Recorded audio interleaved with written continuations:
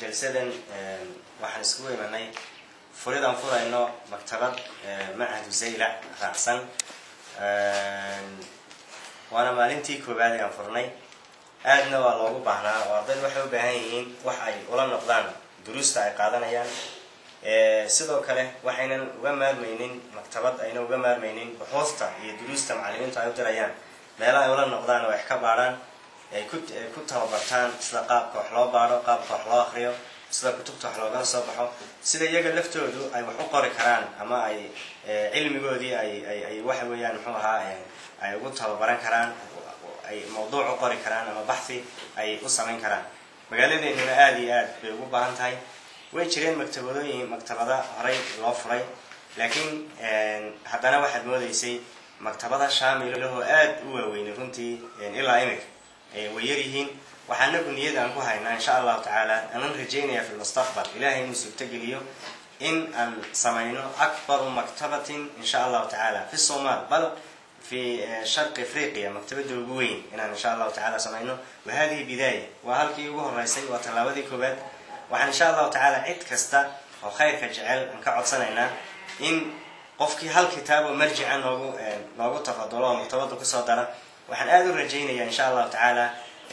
inay noqon doonto maktabad weyn ay noqon doonto oo loo soo safro oo meelaha kale laga yimaado waxaan adogtihiin Zaylac معك وحن برسية مجا هاد تاريخية هاد قيمة دير مجا إن دردن كيسي سو علينا قيمها ولها يا تاريخ ولها يا علم ولها إن سو علينا تاريخ ذي لفتي دي تاريخ قرن الأفريقي لفتي دينا قيب كردقنا يعني يدي يجتين كتب تاريخ ذا كسب سنة جيس أفريقيا كورا ميسا إن قيب أيضا إن شاء الله تعالى كردقنا dadka buxuusta sameynaya si ay ugu soo rixlayaan marka cid kasta oo muxsina iyo cid kasta oo jecel khayrka inay ka qayb gasho waxaan jecelnahay hal kitaab ama laba kitaab oo marjic ah inay nagu tafadulaan waxaan insha Allah ta'ala isku day doonaa hadii Ilaahay oo noo sahlo inay maktabadu furaato ardayda iyo dadka kale ay ka faa'iideystaan ma noqonayso wax macadka wana xiran laakiin waxaan u furaynaa mantiqada ayaan guud ahaan xirayna u furaynaa waxaan insha Allah ta'ala ku soo dhaweynayaa sheekhuna شيخ عبد الله شيخ علي جوهر إلى خير سيو ووحوين رنتي كعم بدن نجسي نعت كنا ذا كيسان كلمتي سقالقة وحوين قرب قل كيسة لرجلين تاو رنتي نبيرجلي مالين تيجوه الرئيسين وراقي معت في القرية كسر سنة منهج كي وحنا شيخ سويتي سوي هذه أدبو يسوع دوي وحنا كم يدي تذكر رنتي وتهاجر تذ بدن با وحوين كنية جبينة لكن آدي بو خير بدن نقول متيسيه إلهنا وحكبر يا سبحانه وتعالى إنه عمره سنة وبركاته ومضنا يعني مدو إلهي سبحانه وتعالى ودا عافماتنا إلهي سبحانه وتعالى سيو وحن كل واحد رجينيه إنه شيخ كلمة دي إن شاء الله تعالى عبنا فليتفضل. حفلة نيرة قوبا يعني كحصة إنه فريتانكا مكتبة رأسا معدك إنك محسن كعب صالح بن عبد العزيز أو إنه داقي كنت معك إسكو شيء منه قيمها ما أنت قبل كله أوضل إسكو شيء منه قال هذيك مدبورة ما طلبات بدنا يدير بكسر بحضي يعني نافعة أو سفيعا الله أكيا وأنا نشاط كي سنة وأصعدها مرة الحمد لله بعالم المكتبة ضني قيمة معك ويا لسه أفضل كسر أو يأخذ على عن سكتبته وحكى له يعني نسيبونا جا وحكوا له مثال جامعي وينابا كله أو طلبات joogta ama dadka ku cibaadeysan yahay saacadeen inta ka soo yarbaxaan ama inta misalka waqtiga uu gaarayo asaadan salaadu ay gaarayso oo kale in maktabada soo maraan oo dibadna ay ku yar nastaan oo kutubtan ay ku daalacadaan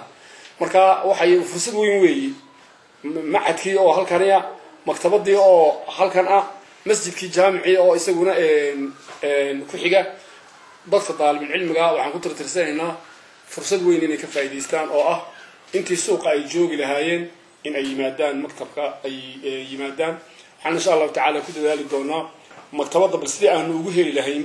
kaalmo ama gudaheennaba ha noqoto ama khaarijkaba ha noqoto ama dadka muxsiniinta aba ha noqotee qofkii joogtada u ahaan lahaa ee halka uu fadhi lahaa leylkeeda biyaheeda waliba fi mustaqbal waxaan rajaynaynaa in loo dhiso macadka gudihiisa laga dhiso maktabad raacsan oo dhiskiisa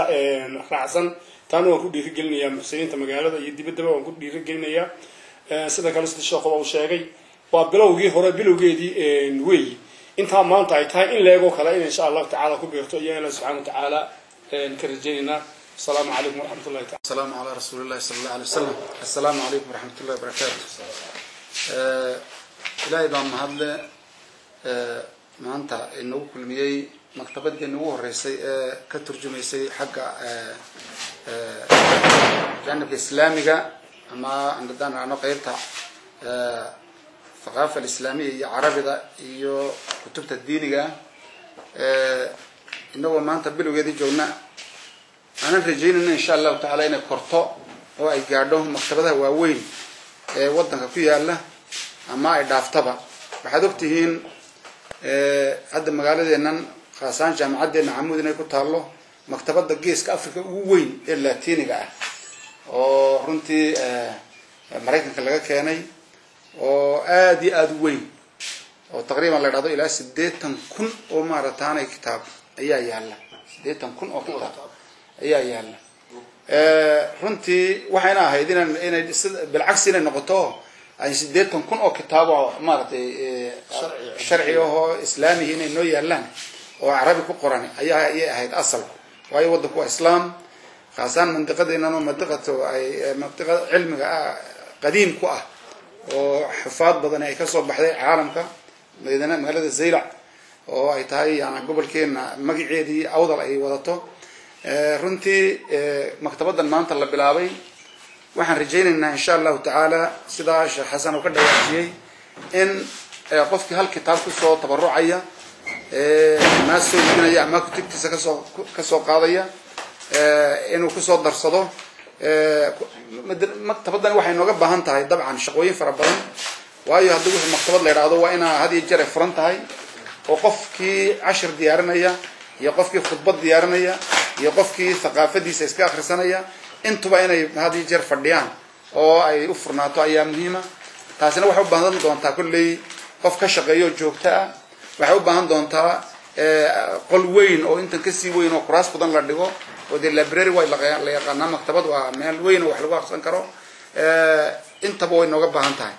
lidalika macadku waxaan malan dhul banaan oo haya oo hadda wali u haray waxaan rajaynaynaa muxsiniinta wadanka inay dhiska qaybta maktabada si degdeg ah uga qayb galaan gudaha iyo dibaddaba yaa maartay waxaan u jeedinaynaa yaana maartay fariintaas waayo dhalinyar fara badan oo suuqa iska fadhido oo makhaada ka sheekeynaysa ayaa wax ku akhrisan doonta insha Allah taala oo cilmi badan ka faa'iideysan doonta waxaan maartay u mahadnaqaynaa ilaahay inta ka sokaysa cidii noo bilowday intan hadda ina soo siisay oo ah ninka maartay la yiraahdo reer makaada maartay xaramkii muqaddaska jooga Salih ibn Abdul Aziz la yiraahdo iyo kooxdiisa la shaqeysa ee maktabadaha macaabida meesha la yiraahdo xaafadda la yiraahdo ka shaqeeya aad baan ugu mahadnaqaynaa inaguna dadkaasi lacagtooda kutubta ku soo iibiyeen maktabada daabacuunka bay soo qaadine oo bilaash kuma keenina way soo iibiyeen way soo nooriyeen way soo direen marka inagana wadankii joognaana inaan xoreeyna ku darsano oo inaguna maarataanay ibno kutubta boorama ama taala ama hargeysa ama dabadaba ka keeno oo badino ayaa la nooga baahan yahay kullay dhalinyartana waxaan ku boorinayaa dulahaanba inay akhristaan maktabadaas oo yimaadaan oo aad ay uga feestaan khaasan ardayda ku jirta macadka Zaylac iyo kulliyada shariicada oo kale iyo inay aad uga faa'iideystaan iyo cidii kasta thaqaafada islaamka aad u jecel inay ka faa'iideystaan وبالله التوفيق وصلى الله على سيدنا محمد وعلى